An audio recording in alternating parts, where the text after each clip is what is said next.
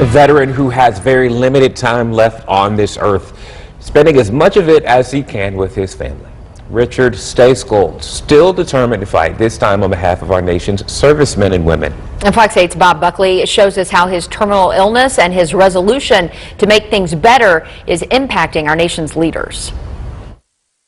This is my Purple Heart from when I was wounded in Iraq. When we first introduced you to former Marine sniper and Green Beret Richard Stacegold, he had survived mortal combat and lived to tell the story. Good souvenir for me to remember. But his deadliest fight was just beginning. I'm stage 4, terminally ill right now. When we first met him at PTI Airport in May of last year, he had just had a chance to talk to Vice President Mike Pence about how he had been misdiagnosed at a VA medical center, told he simply had pneumonia, even though doctors saw the cancerous tumor on his lung. But because of a Supreme Court decision from the 1950s called the Ferris Doctrine, which prevents active duty military from suing for medical malpractice, Stacegold had nowhere to turn to help provide for his wife and 2 daughters once his cancer ran its course.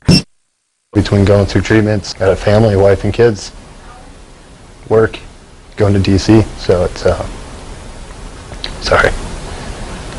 it's challenging. That going to D.C. part has been challenging. Once he was diagnosed as terminal, Stacegold wanted to make sure that no other soldier faced the roadblocks to a financial remedy that he did, so he took his case to Capitol Hill, where he met with both Republican and Democratic leaders like Representative Jackie Speer. I'm asking for fair, equal rights. You're just asking for justice. This will be one of the first hearings we have. There was opposition, including from Republican Senator Lindsey Graham. Would you be willing to meet with Richard Stacegold?